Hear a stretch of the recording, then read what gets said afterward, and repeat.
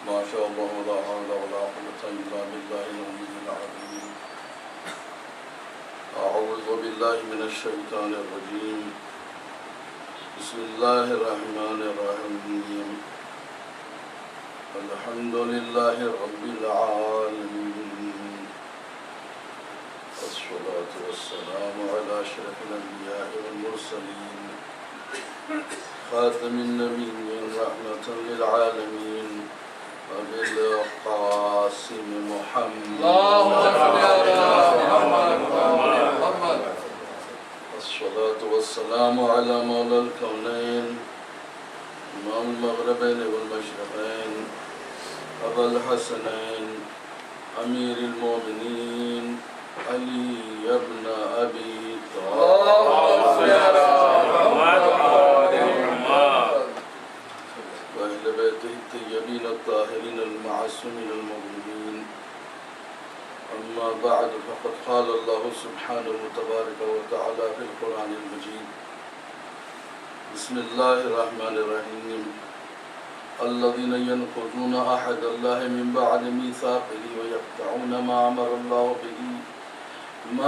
الله به أن يوصل ويفسدون في الأرض أولئك لهم اللعنة ولهم سوء الدار.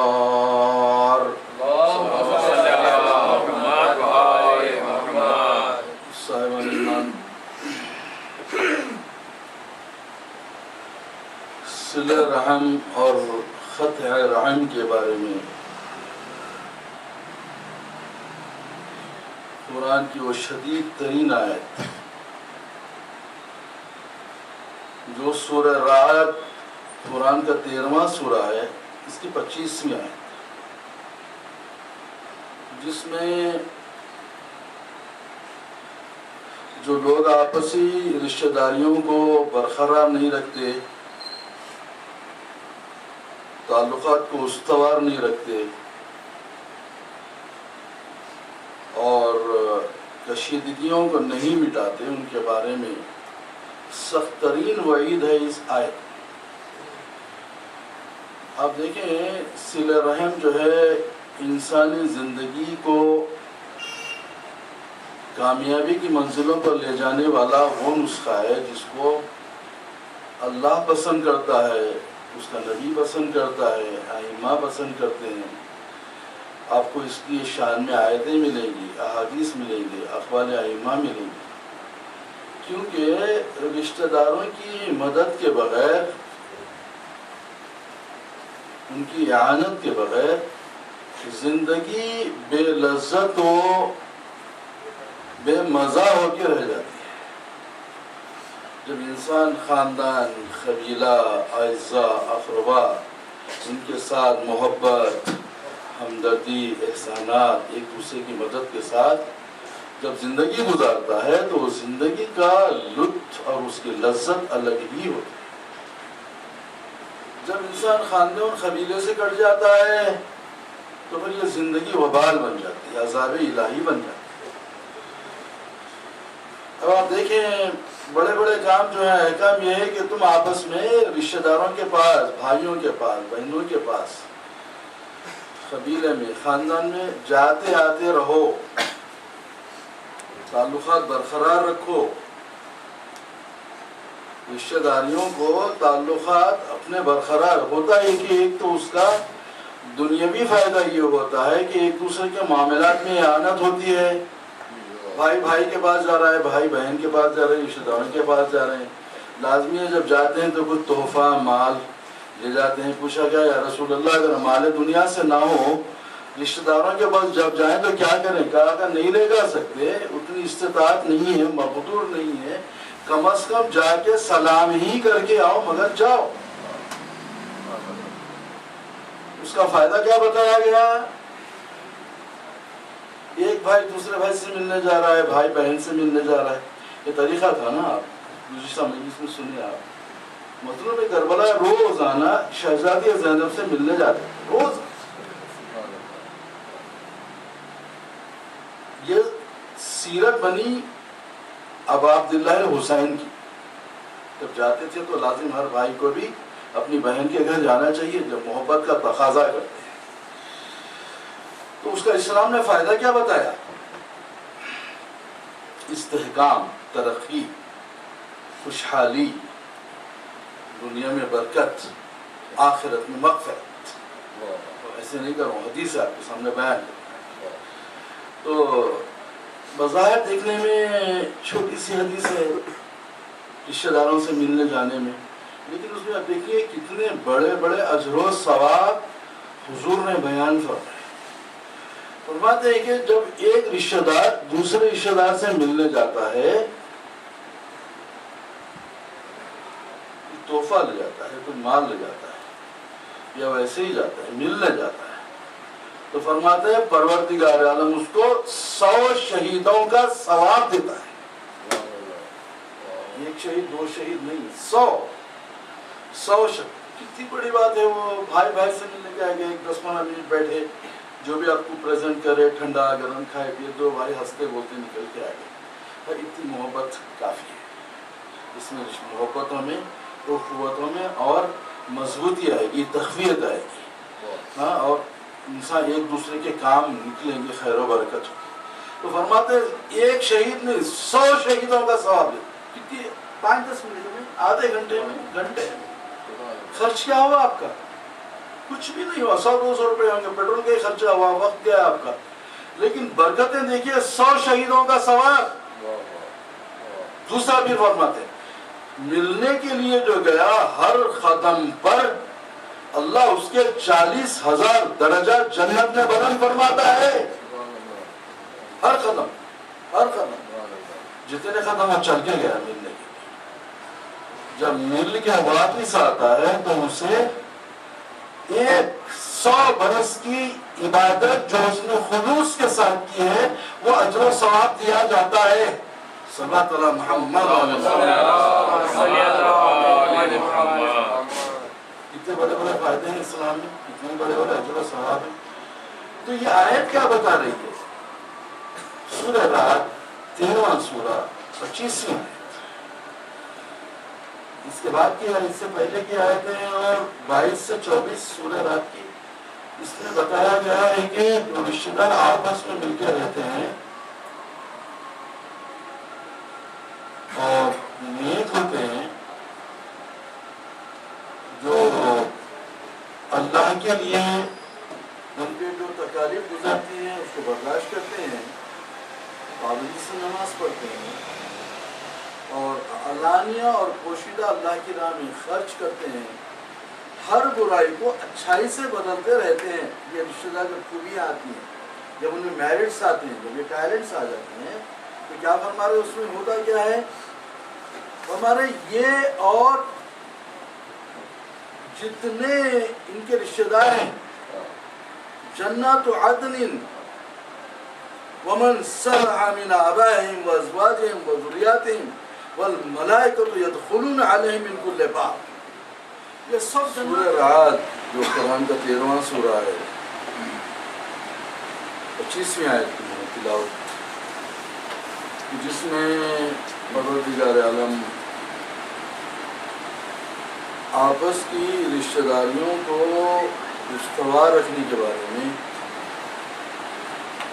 کشیدگیوں کو مٹانے کے بارے میں، رشتہ داریوں میں جو دراڑ آ جاتی ہے اس کو دور کرنے کے بارے میں ارشاد ہوتا ہے کہ الذین ينقضون عہد اللہ من بعد میثاقہ ویقطعون ما امر اللہ به ان یوصل ویفسدون فی الارض اولئک لهم اللعنۃ ولهم سوء الدار. وہ لوگ جو اللہ سے کیے ہوئے عہد و پیمان کو توڑ دیتے ہیں، اور اللہ نے جن رشتہ داریوں کو برقرار رکھنے کا حکم دیا ہے ان رشتہ داریوں کو منقطع کرتے ہیں، کاٹ دیتے ہیں، رشتہ داریوں تعلقات کو ختم کر دیتے اور دنیا میں فساد پھیلاتے ہیں.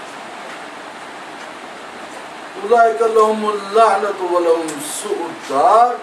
ان لوگوں پر اللہ کی لعنت ہے اور ان کے لیے آخرت کا جو گھر جہنم ہے بدترین گھر ان کے لیے ہے۔ تو عرض کر رہا تھا میں، جو صلہ رحم ہے، جو آپس میں رشتہ داریوں کو برقرار رکھنا ہے، یہ بہت بڑی سعادت ہے، بہت بڑی برکت ہے۔ بھائی بہن، رشتہ دار، خاندان، قبیلہ، فیملیز آپس میں جھوٹے رہیں، ملے رہیں۔ مولا کائنات حضرت علی ابن ابی مولا فرماتے ہیں کہ دیکھو وہ شخص چاہے وہ کتنا ہی مالدار کیوں نہ ہو، کتنا ہی دولت مند کیوں نہ ہو، لیکن وہ اپنے خاندان اور قبیلے کی اعانت کے بغیر وہ دنیا میں خوشحال زندگی نہیں گزار سکتا۔ یہ وہ لوگ ہیں جو اس کی تکالیف میں اس کا ساتھ دیتے ہیں، خاندان والے اس کی مصیبتوں میں اس کے ہمراہ ہو جاتے ہیں، جب ان پر بلائیں آتی ہے تو اس کا ساتھ دیتے ہیں۔ یہ فرماتے دیکھو اگر انسان، اگر کوئی خاندان قبیلے والا اگر کوئی حاجت مند ہو، خبردار اس کی طرف سے روبردانی مت کرو، اس کی مدد کرو۔ کیوں؟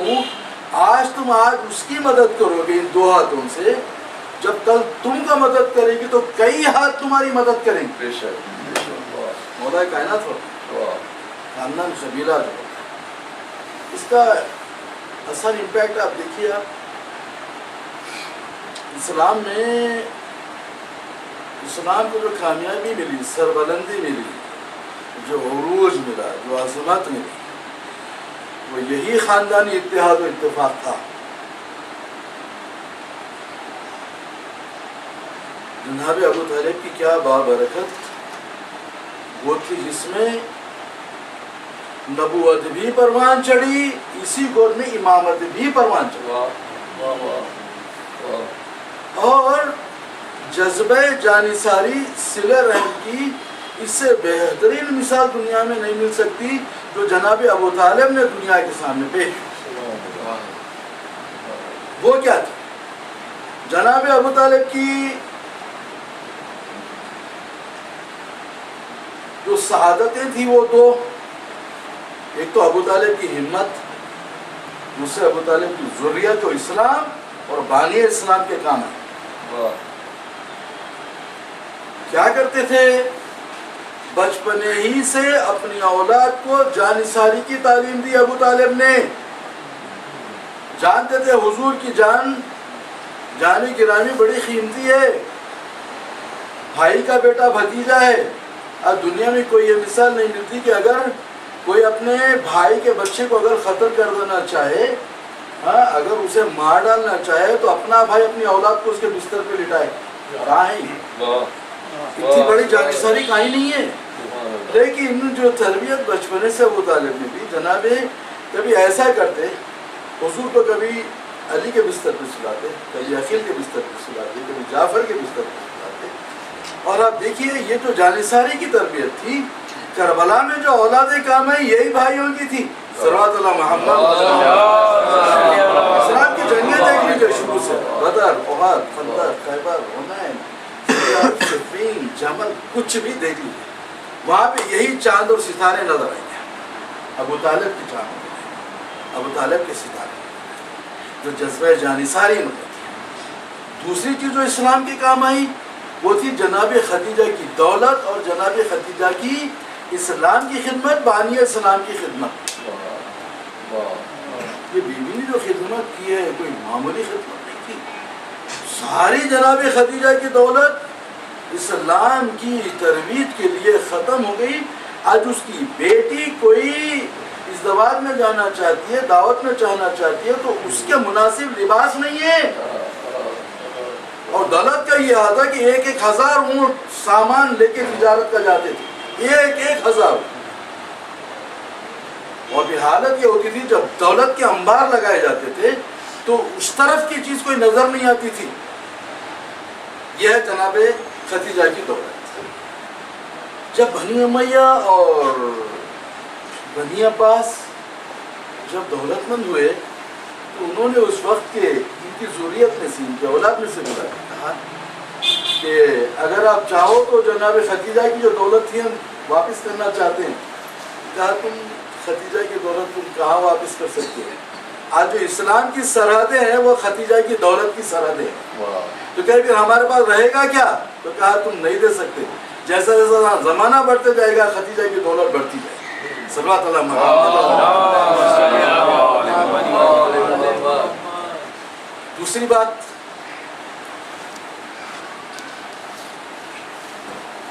جو یہ حضور کی جان بچانے کے لیے، حضور کی جان کی حفاظت کے لیے جو بچوں کو جناب ابو طالب نے اپنے جگر کے ٹکڑوں کو جو حضور پر سے قربان کرنے کے لیے حضور کے بستر پہ جو لٹا دیتے تھے، وہ جانثاری کا ایک مرخہ تاریخ کی زینت بن گیا. ایسی زینت، اس کو آیت اللہ دستغیب نے بھی لکھا ہے، بڑے بڑے ہمارے علماء نے لکھا ہے، بڑے اچھے انداز میں کہا جب انسان اپنی جان پہ کھیلنے کا فکر ہو جاتا ہے. آج آپ دیکھیے جو لوگ کربلا جا رہے ہیں زیارت کے لیے، ایسے پراشو ماحول میں، جبکہ داعش کا پورا قبضہ ہے اس کو پورے ویسٹرن کنٹریز کی بظاہر تو وہ بول رہے ہیں ارے امریکہ بمبارڈمنٹ کر رہا ہے، مارچ سے آج تک وہ داعش کو نہیں مٹا سکتا. کیا ہے داعش آخر؟ ہے کیا آخر؟ خود کا پالا پوسا پروردہ. اب اس کو کیسے ماریں گے؟ آپ اپنے بیٹے کو مار دیتے ہیں. آپ نہیں مارتے. ویسی چیز امریکہ کا، اسرائیل کا، سعودی کا بیٹا ہے داعش، نہیں مارتے. بولتے ہیں بام گرا رہے ہیں، الٹا ہتھیار گراتے ہیں ان کے لیے. دیکھیے جو ہو رہا ہے کام. ہاں اب یہ ایک عجیب قسم کا. تو وہاں ایسے ماحول میں روضہ حسین کی حفاظت، روضہ امام علی نقی جناب حسن عسکری کی حفاظت، ظاہرین کی حفاظت، حزب اللہ کے جوان کر رہے ہیں. میرا بھائی ابھی زیارت میں آیا بتا رہا تھا، پیش کر رہا ہوں. وہ جوانوں کا حال یہ، نوجوان ہیں بچے، ہاتھ میں AK-47 ہے ان کے پاس، پورے آراستہ ہے وہ تمام اپنے امینیشن سے. اتفاق سے بتایا ایک گاڑی خود حکومت کی آئی، آنے کے بعد اس نے اس کو اشارہ دیا کہ رکو، کیونکہ چیک کر رہے ہیں گاڑی، چاہے حکومت کی گاڑی ہو کسی کی ہو، نہیں جا سکتی سامنے سے. یہ روزہ امام حسن صابرہ کا واقعہ. تو اس نے اشارہ کیا، نہیں رکی. دوسرا اشارہ کیا، نہیں. اس نے فوراً اپنی گن سنبھالی اور بتا رہے تھے اس کے چہرے کا عالم، اس کی کیفیت، اس کا حیث و غضب، اس کا جو جذبہ تھا عیسیٰ کا، یہ بتا رہا تھا کہ چاہے اس کی وہ جان چلی جائے وہ گاڑی کو آگے بڑھنے نہیں دے گا، چاہے بلاسٹنگ ہو کے ختم ہو جائے. تو نوجوان اس جذبے کو لے کے آئے ہیں کہ یہاں ہم شہید ہو جائیں، یہ ہمارے لیے سعادت ہے. جب اس جذبے کے تحت آتے ہیں، میں نے کہا تھا آپ کو پرسوں بتایا تھا کہ آج یہ کیوں ہو رہا ہے، میری مجلس ریفر کرے. حضور نے فرمایا تھا دیکھو میری امت پہ ایک زمانہ آنے والا ہے جب یہ تمہارے مخالف امتیں دوسری امتوں کو ایسے جمع کریں گی جسے کھانے کے دسترخوان پہ بلایا جاتا ہے. وہی ہو رہا ہے. امریکہ کافی نہیں تھا داعش کے لیے، برٹین کافی نہیں تھا، جرمنی کافی نہیں تھا، فرانس کافی نہیں تھا. 8-8 10-10 کنٹریز بلا رہے. کس کے لیے بلا رہے ہیں؟ داعش کے لیے نہیں بلا رہے. کم از کم سیریا میں 3 سے 4 لاکھ آدمی ختم ہو گیا، 3 سے 4 لاکھ آدمی مائگریٹ ہو کے چلے گیا. عراق کا برا حال، لیبیا کا برا حال. ہاں پھر جہاں ہو تباہی جو ہو رہی ہے صرف مسلمانوں کی ہو رہی ہے، اور خاص طور پہ شیعوں. یہ لوگ اس کی ریزن اسٹریٹجی کیا ہے؟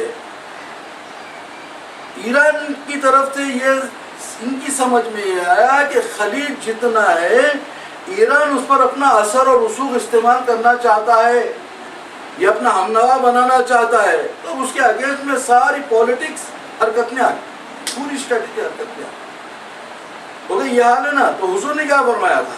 فرمایا ایک ایسا زمانہ آنے والا ہے جب تمہاری مخالف امتیں، قومیں تمہارے خلاف دوسری قوموں کو جمع کریں گی.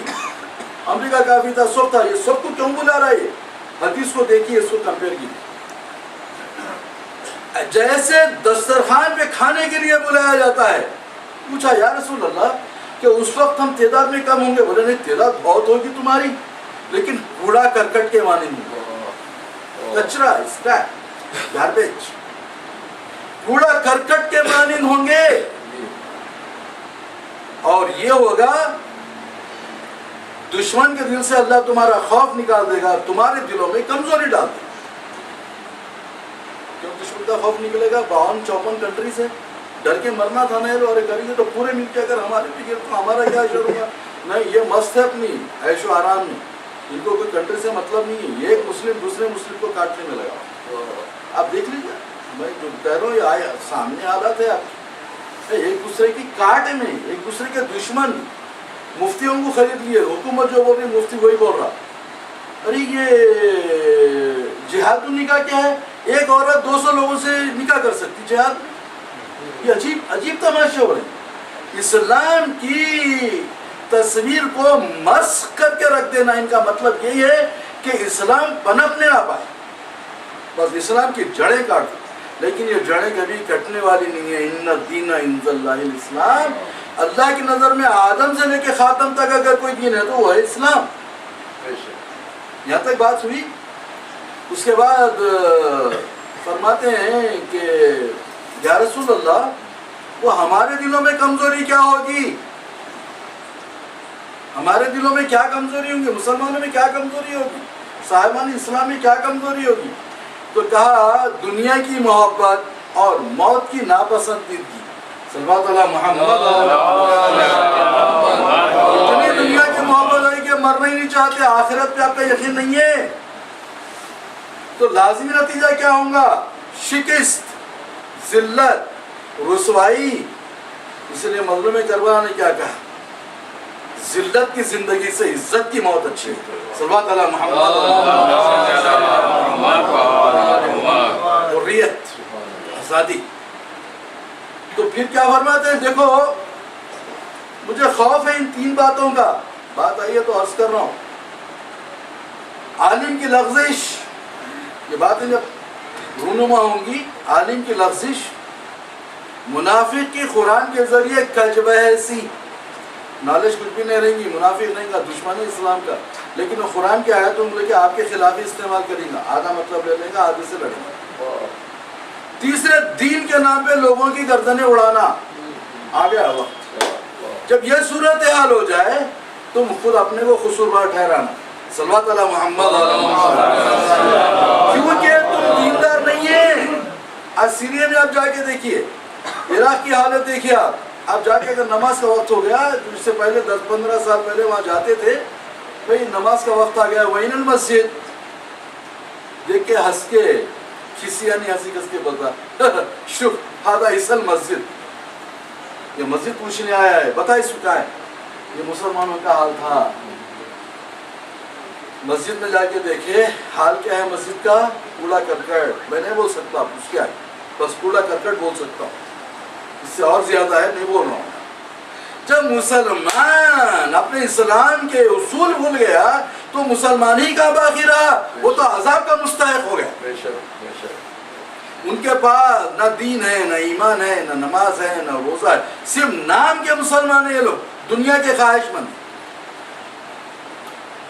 اور حالت کیا ہو گئی جب یہ چیز آ جاتی ہے؟ اللہ کو بھی ان سے کوئی مطلب نہیں ہے, کوئی مطلب نہیں. اللہ انہیں کے حال پہ چھوڑ دیتا ہے ان کو. اور یہاں تک کہ قرآن میں شاید سورہ مائدہ میں جب جناب موسیٰ علیہ السلام اللہ سے مناجات کے لیے گئے, آنے تک بچڑے کی پرستی شروع ہو گئی ہے نا. قرآن پڑھتے ہیں آپ حضرت. ارے بولے بھائی یہ جناب موسیٰ لاکھ بول رہے ہیں, یہ شرک ہے, کفر ہے, شیطان اس میں حلول کر گیا. جناب جبریل کے ختموں کی مٹی لے کے بنائے, اس کا یہ اثر ہے, سب کچھ حقیقت بتائیے نہیں آ رہی بھیجے میں. آخر میں اللہ کیا کرا, بولا نہیں ان کا انتظام ایسا نہیں ہوتا. ایک ان سے طاقتور, ان سے سر پھری, ان سے جاہل قوم, جتنے ایسے تھے سب کو کاٹ کے ڈال, پوری قوم ختم. جب شرک ختم ہوا تو یہ شاید ہو سکتا ہے, وہ تو میرے کو علم نہیں ہے, جب یہ چیز رونما ہو گئی تو اللہ ان کے اوپر ان کو ظالمین کو مسلط کر دیا. کیونکہ جب نبی کا نواسہ پانی مانگتے رہا تو پانی نہیں دیے. ذریت اہل بیت کا تمہوں نے مذاق اڑایا, ان کے سروں سے چادریں چھینی, ان کی جو عظمت و احترام تھا اس کو پامال کیا, بد دعا دیا جناب زینب نے شام کے لوگوں کے لیے. آپ اس پس منظر میں بھی دیکھیے حالات کو. تو کیا فرما رہے, یہ 3 صورتیں آ گئی. کیوں آ گئی؟ مسلمانوں کی غفلت, تساہلی, لاپرواہی, بے دینی. اگر وہی انسان رہتا اس کو موت کی خواہش رہتی. کیوں؟ دیکھیے اس کا طریقہ اتنا بتایا گیا ہے, جس انسان کی پراپرٹی جہاں زیادہ رہتی وہ اسی کو پسند کرتا.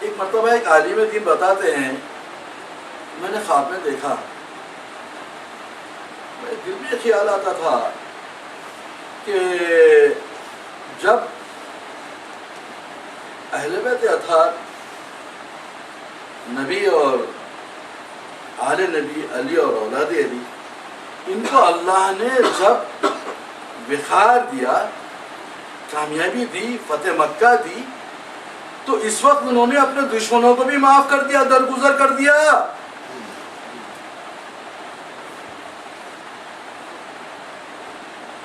قرآن کہہ رہا ہے میرے حبیب آپ درگزر کرنا اختیار کیجئے، دشمنیاں مت رکھ لیجئے۔ دلوں میں دشمنیاں ناسور بن جاتی ہیں، دشمنیاں پروان جو نہیں مت رکھیے، نکال دیجئے، کینہ ہے دل میں، کوئی آپ کو تکلیف بھی دیا ہے چھوڑ دیجئے، معاف کر دیجئے، بھول جائیے۔ کیونکہ فرماتے ہیں جو کینہ ہوتا ہے انسان کو پورا کینہ کیا ہے، بولے کسی کی چھپی ہوئی جو دشمنی دل میں ہوتی ہے، کہ باظاہر تو اچھے مل رہے ہیں لیکن ہے دل میں نہیں، یہ فلاں وقت تکلیف دیے تھے، اٹھا کے رکھے، جب اس کا وقت آئے گا تو ریپیٹ کریے۔ بولے بہت خراب بات ہے، بولے یہ کفر ہے، شرک ہے۔ کسی مومن کے لیے اگر کوئی چیز یاد رکھنا اور اس کو وقت آنے پر اس کو تکلیف دینا یا اس کو دہرانا، فرماتے ہیں کہ یہ انسان یہ مومن کا شعار نہیں ہے، اسلام کا نہیں ہے۔ تو وہ شاعر نے سوچا یہ تو درگزر کیے، معاف کر دیے، حتیٰ کہ اعلان کیا مولا کائنات رسول اکرم نے، مولا کائنات آج جو بھی ابو سفیان کے گھر میں امان لے گا اس کے لیے پناہ۔ ابو سفیان سخت ترین دشمن اہل بیت کا، سخت ترین بنی امیہ کا، جس سے معاویہ اور یزید، فرمایا کہ یہ لوگ اگر اس وقت ہی اگر ختم کر دیتے یہ دشمنوں کو، یہ کربلا ہی نہیں ہوتی۔ دماغ میں آیا ہوں، رات میں خواب میں دیکھا، دیکھنے کے بعد کہا کہ بھائی تو نے جو کہا ہے سن، کیا تو نے جو ابن صحیفی شاعر ہے کیا تو نے اس کے اشعار دیکھے ہیں، پڑھے ہیں، سنے ہیں؟ کہا مولا نہیں۔ جاؤ اس کے پاس، جا کے ابن صحیفی سے مل، اس سے پوچھ اس کی وجہ بتائی۔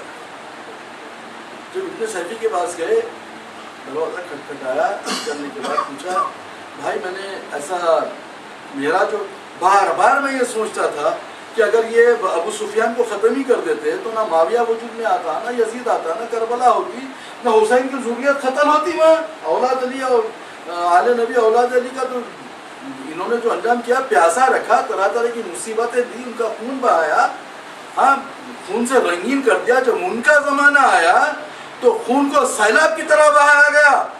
جب آپ کو اللہ نے عزت حکومت دی تو آپ نے معاف کرتے گئے اور درگزر کرتے، العفو من ظلم، جو تم پر ظلم کرتے جائے اسے معاف کر گیا۔ ابن صحیفی کے پاس گئے، وہ رونے لگا، آنکھ سے آنسو جانے، پوچھا کہ بھائی رونے کی وجہ کیا ہے؟ کہا حقیقت بولوں سنو گے، میں نے یہ سوچتا تھا رات ہی میں نے اشعار کہیں جس کو ابھی اشعار کو میں نے قلم بند بھی نہیں کیا ہے۔ مطلب کیا ہوا؟ صرف دل میں ابن صحیفی کے خیال آیا، خیال کو وہ صورت شعر دی، اس نے صرف ابھی قلم بند کر کے پھر نہیں کرا، تحریر میں نہیں لایا، اور مولا کو اس کی اطلاع ہو گئی۔ صلوات علی محمد و علی محمد۔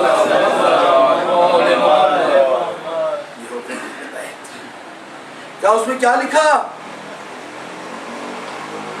مولا سے جب پوچھا تو مولا نے کیا کہا؟ خواب میں کہا کہ بھائی سن، تو نے جو کہا، جب اقتدار حکومت اللہ نے ہم کو دی تو ہم نے درگزر و معاف اور درگزش اختیار کی۔ انہوں نے خون کا سیلاب بہائے، ہمارے اولاد کو بھوکا رکھا، پیاسا رکھا، قتل کیا، زہر دیا، تلوار سے شہید کیا، طرح طرح کے مظالم کیے۔ اگر یہ قتل کر دیے جاتے تو مولا نے جو جملہ کہا ہے یقین مانیے یہ بڑا غیر معمولی معرفت سے بھرا ہے۔ مولا کائنات نے اس شاعر کو خواب میں کہا سن بھائی، جو ظرف میں ہوتا ہے وہی ٹپکتا ہے، ہمارے ظرف میں عفو درگزر تھی، یہ ہم اس سے مجبور ہیں، ان کے درگزر میں ان کو خون خرابہ تھا، لوگوں کی گردنیں کاٹنا تھا، یہ وہ کرتا ہے۔ صلوات علی محمد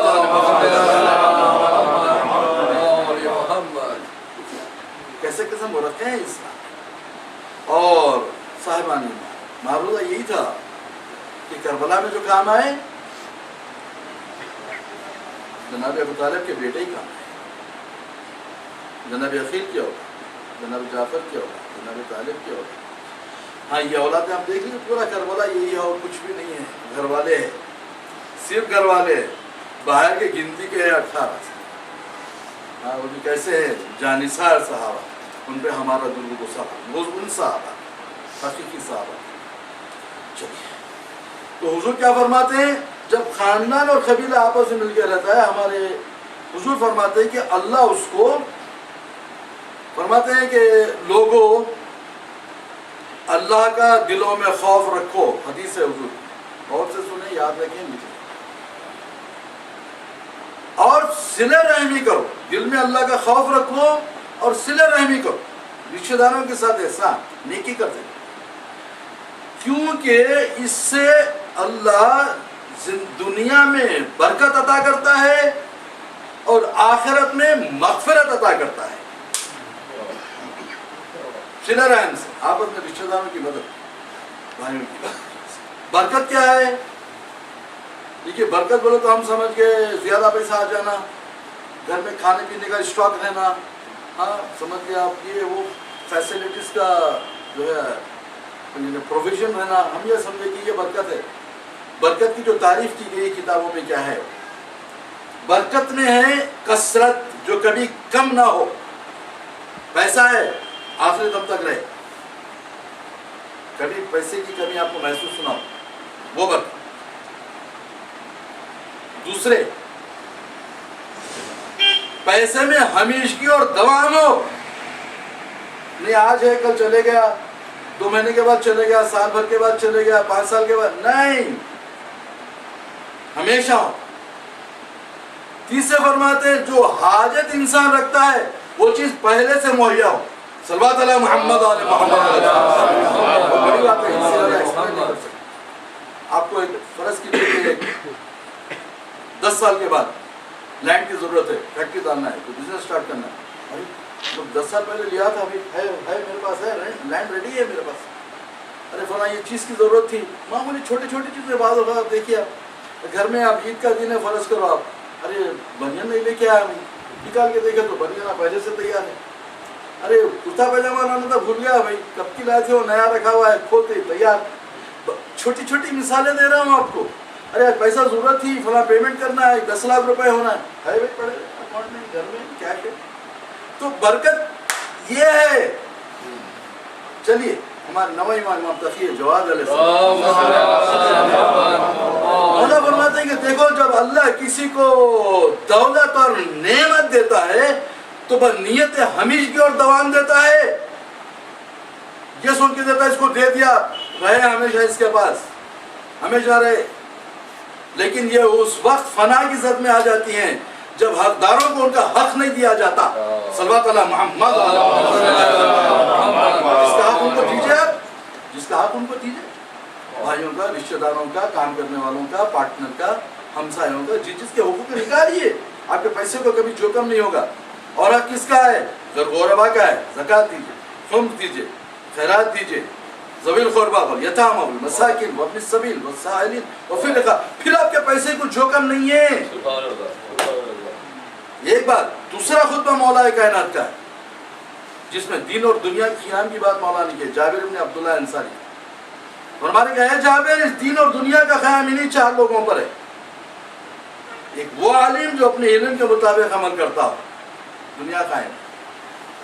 وہ جاہل جو علم کو سیکھنے میں آر نہیں سمجھتا, جاہل ہے, لیکن جو علم ہے عیب نہیں سمجھتا. نہیں, میں 80 برس کا بھی ہو گیا تو کیا وہ سیکھنا ہے, آئی ایم اسٹوڈنٹ. اب مطالعہ جاری ہے, قرآن پڑھ رہے ہیں, کتابیں پڑھ رہے ہیں, کوئی حکمت کی بات ہے, کتابیں. پہلے عالم جو علم کے مطابق عمل کرے, جاہل علم کو سیکھنے میں آر نہ سمجھے. وہ دولت مند جو داد و دہیش میں غریبوں پہ خرچ کرنے میں بخل نہ کرے, کنجوسی. چوتھے وہ غریب جو اپنے دین کو دنیا کے بدلے نہ بیچے, کتنی پریشانی آ جائے, کچھ بھی ہو جائے, دین نہیں بکنا ہے, کچھ بھی ہو جائے. یہ ایک پارٹ ہے. دوسرا پارٹ فرماتے ہیں اے جابر, جب ایک عالم دین اپنے علم کے مطابق عمل نہیں کرتا, دیکھتا ارے عالم جو ایسا ہے کم بخت, ہاں اس میں کوئی ڈھائی نہیں, خوبیاں ہی نہیں ہے, ہاں وہ خود جاہل سے بدتر ہے, عمل نہیں کرتا, اب بہت ساری باتیں ہیں وہ میرے منبر پہ بولنے کی نہیں ہے، تو دیکھ کے یہ سمجھتا ہے ایسا علم سیکھ کے کیا کروں میں، جاہل رہنے اچھا ہے۔ تو اے جابر، جب ایک عالم اپنے علم کے مطابق عمل نہیں کرتا تو جاہل ایسے علم کو سیکھنے میں آر سمجھتا، اپنی بے عزتی سمجھتا، اپنی ذلت سمجھتا۔ جب ایک سخی، ایک دولت مند اپنے ہاتھ کو روک لیتا ہے تو غریب اپنے دین کو دنیا کے بدلے بیچ دیتا۔ چلیے، اب نہ اس کو خمس مل رہا ہے، نہ اس کو زکوٰۃ مل رہی، نہ خیرات مل رہی، نہ حق مل رہا، نہ میراث مل رہی، ہاں اس کو کوئی چیز نہیں مل رہی، نہ صلہ رحم مل رہا ہے، نہ جو کوئی اس کی مساعد، اور وہ لازم ہے بھوکا پیسہ مرے گا تو کیا کریں گا؟ جب دولت میں ادھر ہاتھ روکیں گے تو ان کا دین بک جائے گا۔ اور اس کے بعد کیا فرماتے ہیں کہ اے جابر، جب اللہ کسی کو نعمتیں اور دولتیں دیتا ہے تو اس کے دامن سے لوگوں کی امیدیں بھی وابستہ ہو جاتی ہے۔ جب وہ نعمتوں پر عائد ہونے والے حقوق کو ادا کرتے رہتا ہے تو اللہ اس کی دولت میں اور نعمتوں میں ہمیشگی اور دوام دیتا ہے۔ جب وہ اپنے قدم روک لیتا ہے تو اس کی نعمتیں اور دولتیں فنا کی سطح میں آ جاتی ہیں۔ صلوات اللہ محمد۔ مطلب کیا ہے؟ جب کوئی دولت مند ہے، سخی ہے، حاجت مند جب اس کے پاس گیا تو اس کو اتنا یقین ہے کہ مجھے محروم نہیں لوٹائے گا، ضرور دے گا۔ تو فرماتے ہیں جب یہ عمل کرتا ہے تو اس کی دولت ہمیشہ رہتی ہے، نہیں رکھ لے کے اگر اس کو نہ دے گا تو فرماتے ہیں کہ اس کی دولت فنا کی سطح میں آ جاتی ہے۔ سوچ کیا تھا میں یہاں جاؤں گا تو میرا کیا ہو جائے، تو صاحبہ نہیں ایمان۔ تو کیا فرماتے ہیں حضور؟ کیا فرماتے ہیں؟ برکت دیتا ہے اور آخرت میں مغفرت عطا فرماتا ہے۔ مغفرت سب سے بڑی چیز ہے جو آخرت میں ملے۔ پھر فرماتے ہیں صلہ رحم کی وجہ سے پروردگار عالم دنیا میں 10 فائدے دیتا ہے۔ پہلا فائدہ یہ اللہ کی رضا، سب سے پہلے اللہ کی رضا، اللہ اس سے راضی رہتا ہے۔ دوسرے فرماتے ہیں دل کی خوشی، کبھی خیر خیرات کر کے دیکھیے، کسی کا قرض ادا کر کے دیکھیے، کسی مومن کی مدد کر کے دیکھیے، ہاں تو آپ کا دل میں اللہ قدرتی طور پہ خوشی ڈالتا ہے۔ پھر فرما رہے ہیں ملائکہ کا سرور، جب ایک رشتہ دار دوسرے رشتہ دار کی مدد کرتا تو ملائکہ خوش ہوتے ہیں۔ شیطان کی مایوسی، شیطان تو چاہتا ہے کہ آپس میں رشتوں میں پھوٹ رہے، رشتے منقطع رہیں۔ وہ جب دیکھتا ہے کہ یہ ایک دوسرے کی مدد کر رہے ہیں، یہ لوگ ترقی کر رہے ہیں، برکتیں ہو رہی ہیں، تو فرمانا شیطان مایوس ہو جاتا۔ پھر فرماتے ہیں کہ عمر میں برکت، طول، رزق میں برکت، کمال مردانگی، اجر و ثواب میں اضافہ۔ صلوات اللہ محمد برکتیں دیکھیے، صرف صلہ رحم فرما رہے ہیں، یہ 10 برکتیں اللہ دیتا فرما رہے ہیں۔ اور اللہ کی رضا حاصل کرنا ہے، کیسے اللہ کی رضا حاصل ہوتی ہوں گی؟ تو میں بتایا تھا رضا اللہ رضا الوالدین، ماں باپ راضی تو اللہ بھی راضی، ماں باپ ناراض اللہ بھی ناراض۔ دوسری جگہ ہمارے امام تقی جواد علیہ السلام،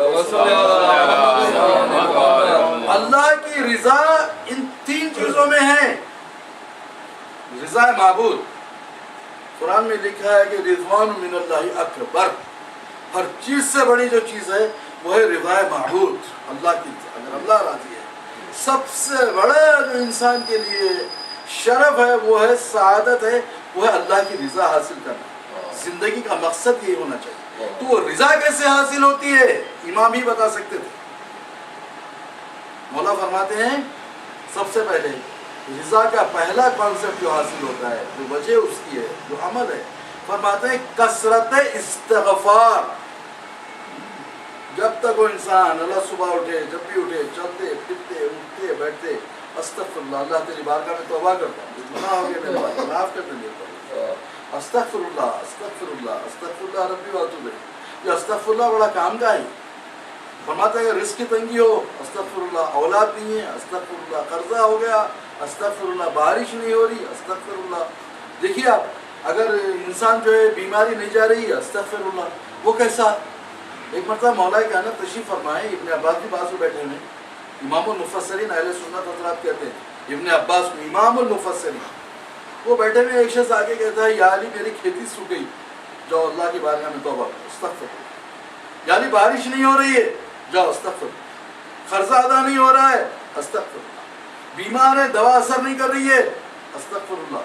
اولاد نہیں ہو رہی ہے، یہ پریشان ہو گئی. کہا مولا ہر ایک کے لیے ایک ہی دوا ہے ساری بیماریوں کی. دیکھیے انداز دے. تو مولا نے امام المفسرین کو خود قرآن سے جواب. اے ابن عباس کیا تم نے سورہ نور کی وہ آیت نہیں پڑھی؟ فَقُلْتُ اسْتَغْفِرُوا رَبَّكُمْ إِنَّهُ كَانَ غَفَّارًا وَيُرْسِلِ السَّمَاءَ عَلَيْكُمْ مِدْرَارًا وَيُمْدِدْكُمْ بِأَمْوَالٍ وَبَنِينَ وَيَجْعَلْ لَكُمْ جَنَّاتٍ وَيَجْعَلْ لَكُمْ أَنْهَارًا. اے میری قوم تم نے جو گناہ کیے ہیں اللہ کی بارگاہ میں توبہ کرو. وہ بڑا غفور الرحیم ہے. تمہاری توبہ کے بدلے تمہیں مغفرت عطا کرے اور اس مغفرت کے بدلے آسمان سے موسلادھار میں برسائے گا اور دنیا میں بھی تمہیں مال اور بیٹے عطا کرے گا. آخرت میں بھی تمہیں یہاں بھی باغات دے گا اور وہاں بھی جنت کے باغات عطا کرے گا. صلوات علی محمد. استغفار ہے کام. یہ رزق کی تنگی ہے. مولا فرماتے ہیں 5 امام فرما رہے ہیں دیکھو کبھی رزق کی تنگی آ جائے تو استغفر اللہ. یہ فارمولہ یاد رکھیے. چھوٹا ہے بڑا کارگر آزمودہ ہے اور امام کا قول قرآن کی آیت سے کم نہیں ہوتا. جب کبھی رزق کی تنگی آئے 5 امام فرماتے ہیں تو استغفر اللہ. آپ پڑھ کے دیکھیے ایک ہی دن اگر رزق کا پرابلم دور نہیں ہوا تو آپ نے دل کو چلتے ہو استغفر اللہ دل میں چلتے پھرتے اٹھتے بیٹھتے. فجر کی نماز کے بعد ایک تسبیح پڑھ لیجیے. عشاء کے بعد ایک تسبیح پڑھ لیجیے. چلتے پھرتے. یہ مفلسی غربت پریشانی دور کرنے کا بہترین راستہ ہے جو مولا نے عمل ہوتا ہے. رزق کی تنگی ہو 5 امام وہ استغفر اللہ. جب اللہ کوئی نعمت دے تو الحمدللہ.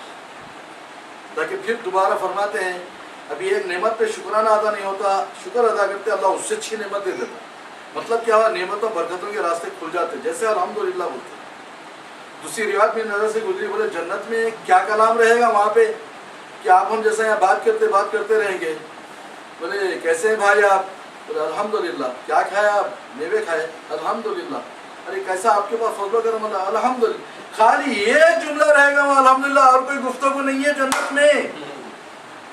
تو الحمدللہ یہ امام علیہ السلام فرماتے ہیں جب اللہ نعمت دے تو کہو الحمدللہ.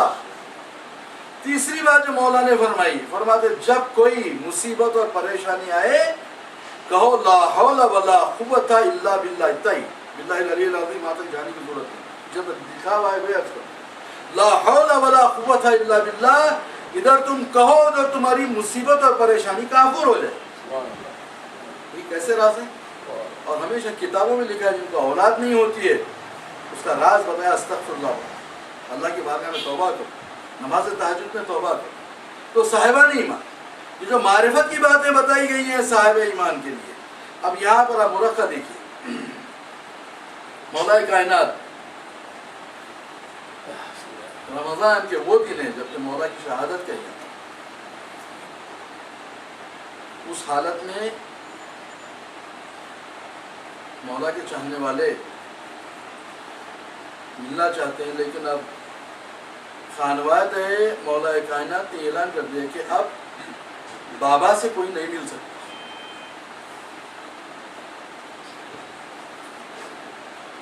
آپ کے بہت ہی چاہنے والے صحابی پہنچے مولا کے در پر. کہا کہ میں امیر المومنین سے بس مولا ایک جھلک دیکھنا چاہتا ہوں. کہا کہ اس وقت صرف بیٹیاں گھر میں اور کوئی بیٹے اور بیٹیاں ہیں باہر کے کسی شخص کو اجازت نہیں ہے مولا سے. کہا اگر مجھے اجازت نہیں ملی تو میں اسی دہلی پر اپنا سر پٹک کے میں ختم ہو جاؤں گا اگر مجھے مولا سے ملنے نہیں دیا گیا. مولا سے جا کے کہا گیا مولا آپ کا چاہنے والا فلاں نام میں نام بول رہا ہوں اس سے نیت کر رہا ہوں آپ کا نام بتائیں. تو کہا کہ ٹھیک ہے آنے. تو بتاتے ہیں کہ جب میں اندر گیا کیفیت یہ تھی کہ میں مولا کو نہیں پہچان سکا. مولا کو نہیں پہچان سکا.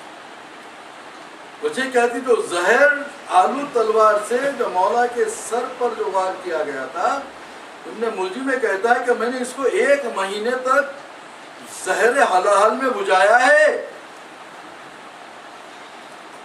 اور اس کی کوشش یہ تھی وہ خود کہتا ہے کہ اگر پوری تلوار اس جگہ پہ لگی جہاں پر عمر ابن عبدوبت کی تلوار لگی تھی خندق میں، اسی مقام پہ تلوار لگی اور رکوع کی حالت میں بھرپور وار کیا. تو جو زہر کا اثر تھا بتاتا ہے اگر یہ ساری دنیا کے لوگوں پر اگر اس کا زہر تقسیم کر دیا جائے تو دنیا میں ایک بھی زندہ نہیں رہے گا، ایسا زہر. اور بتاتے ہیں کہ وہ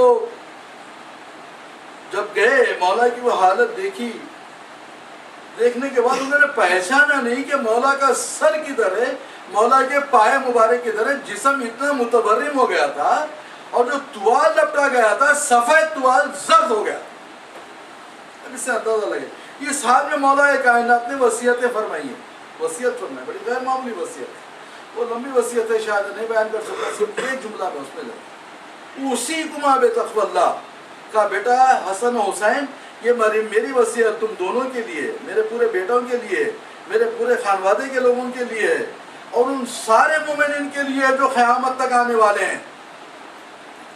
پہلا جملہ فرماتے ہیں کہ دیکھو بیٹا دنیا کے کبھی خواہش مند نہیں ہونا، دنیا تمہارے پیچھے آئے مڑ کے بھی نہ دیکھ، دنیا کی کوئی چیز تم سے روک لی جائے کبھی کوڑنا نہیں، اور ہمیشہ جب بھی بات کرنا حق بات کرنا، جو بھی کام کرنا ثواب کی نیت سے کرنا، اور ہمیشہ ظالم کے دشمن اور مظلوم کے دوست بنے رہے. اس کے بعد فرماتے ہیں کہ بیٹا یاد رکھو آپسی رشتہ داریوں کو برقرار رکھنا، جو کشیدگیوں کو مٹانا، جو تعلقات منقطع ہو گئے ان کو ملانا، معاملات کو صحیح طریقے پہ انجام دینا. میں نے تمہارے نانا رسول اکرم سے سنا ہے کہ نماز اور روزے کے ثواب سے افضل ہے. جو رشتہ داری ٹوٹ گئے اس کو ملانا، تعلقات نہیں تھے، بھائی بھائی سکے ہیں، ہو گیا، چل بھائی خون ایک ہی ہے، ایک ہی ماں باپ کی اولاد ہیں، بھائی ہو گئی غلطی، چلو میری غلطی ہوئی یا آپ کی ہوئی، چلیے ہم بھول جاتے ہیں پچھلے لیسن. چلیے مولا کائنات کا قول ہے یا قرآن کہہ رہا ہے یا حضور کے ارشاد ہے یا ائمہ کے ارشاد ہے، چلو ہم آپس میں بھول کے اپنی تمام چیزوں کو کشیدگیوں کو دور کر لیتے ہیں، ہم آپس میں مل جاتے ہیں، مل گئے محبت سے، معاملات کو صحیح انجام دیں، کشیدگی کو مٹا لیے، تعلقات کو استوار کر لیے. فرماتے ہیں نماز اور روزے کے ثواب سے افضل ہے. کیا ہے نماز کا ثواب؟ حضور کی حدیث ہے جو حج کے لیے جاتا ہے ایسا ہے اگر گھر بھر سونا بھی اگر اللہ کی راہ میں خرچ کر لے وہ ثواب نہیں ہے جو حج کا ثواب ہے. پھر فرماتے ہیں ایسے 20 گھر سونا اللہ کی راہ میں خرچ کرنا یہ ایک نماز فریضہ کا ثواب ہے. فجر ہو، ظہر ہو، عصر ہو، مغرب ہو، عشاء، اسی مت لیجیے اس کو. نماز ایک نماز کی اہمیت ہے، ایک نماز کی اہمیت. اگر ایک نماز قضا ہو گئی 2 رکعت نماز، اب وہ 2 لاکھ نماز پڑھ لیجیے 2 لاکھ رکعت، یہ 2 رکعت کی بات آپ کو آنے والی نہیں ہے، ختم. آپ قضا پڑھ لو تو قضا کی کوئی اہمیت ہی نہیں. آپ سمجھتے جو فرض و واجب تھا اول وقت نماز کی اہمیت ہے، کیونکہ اول وقت نماز جو ہوتی ہے اس کے لے جانے والے ملائکہ امام زمانے کی نماز کو لے جاتے ہیں، ان کے ساتھ اول وقت نماز پڑھنے والوں کی نماز بھی جاتی ہے اللہ کی بارگاہ میں. صلوات علی محمد. احکام یہ ہے کہ جب نماز پڑھو تو خوشبو لگا کے پڑھو، ہر نماز سے پہلے صدقہ دے کے نماز پڑھو. کوئی نہیں ہے نکال کے رکھ دیجیے 100-200 روپے، جب باہر جاؤں گا کوئی مومن ملے گا، مسجد کو جاؤں گا، مجلس میں جاؤں گا تو دے دوں گا اس کو، گھر میں رکھیے جاتے ہو. احکام میں ہر نماز سے پہلے صدقہ نکالو، ہر نماز خوشبو لگا کے پڑھو، یہ نماز کی کیفیت بدل جاتی ہے، ملائکہ کو موت. روزے کا ثواب، روزے کا ثواب پروردگار علیہ فرماتا ہے اس نے میرے لیے روزہ رکھا ہے، اس کا ثواب میں خود دوں گا. اور مولا کائنات کے خطبے میں فرماتے ہیں روزہ جو ہے اللہ کے عذاب کی سپر ہے، ڈھال ہے یہ روزہ. تو صاحبان آج ایک ہی کیونکہ وقت ہو گیا، پھر یتیموں کے بارے میں، قرآن کے بارے میں، نماز کے بارے میں، آپسی رشتہ داریوں کے بارے میں، صلہ رحم کے بارے میں فرماتے بیٹا صلہ رحم کے بارے میں کبھی اپنے ہاتھ نہ روکنا. اور جب آپس میں رشتہ دار لڑتے ہیں تو ان کی میراث، ان کی پراپرٹی، ان کی دولت بدماشوں کے ہاتھ لگتی ہے. آپ دیکھیے ہو رہا ہے سامنے ہے، جانتے ہیں جب 2 بھائی بہنیں مل کے لڑ لیے پراپرٹی کے لیے تو گنڈے MLS پورا ستیہ ہو گیا، ختم. کروڑوں کی پراپرٹی کیا ہوئی پتہ نہیں، گنڈے کھا جاتے ہیں بدم. جب بھائی لڑتے ہیں تو یہ اس کا اثر وبائی عذاب ہے اللہ. تو صاحبان ایمان، اگر اس کا کوئی مرقع دیکھنا ہے تو کوئی کربلا نہیں۔ آج اس شہزادی کی شہادت ہے قاسم بن حسن، یہ وہ یتیم حسن ہے، اور جناب امام حسن مجتبی علیہ السلام جب سن 50 ہجری میں جب زہر دیا گیا، وصیتیں کی، تو بیٹا تو اپنے بارے میں کبھی غم نہ کرنا، کیونکہ میرا بھائی حسین تجھے اپنی اولاد سے زیادہ چاہے گا، تجھے زندگی میں کبھی کوئی تکلیف نہیں ہوگی۔ یہی وجہ تھی کہ بار بار جناب قاسم اجازت کے لیے آتے، اور حسین کہتے ہیں میں کس طرح تمہیں اجازت دوں قاسم، تو میرے بھائی کی نشانی ہوگی۔ آخر میں ماں بار بار کہتی ہے قاسم کیا تو اپنے چچا پر سے قربان نہیں ہوگا؟ کہ اماں میں بار بار جاتا ہوں لیکن چچا اجازت نہیں دیتے۔ قاسم کو یاد آیا کہ جب بابا کی شہادت کا وقت تھا تو میرے بازو میں ایک تعویذ باندھا تھا، جب تم پر مصیبت کا وقت آیا تو قاسم اسے کھول کے دیکھنا، لکھا تھا کہ بھائی حسین کے نام تھا، میرے بھائی حسین کربلا میں تو نہیں ہوں گا، لیکن یہ طرف سے قاسم کو اپنے پہ سے قربان کر دینا۔ قاسم ہو بہو بشکل مولا کائنات تھے۔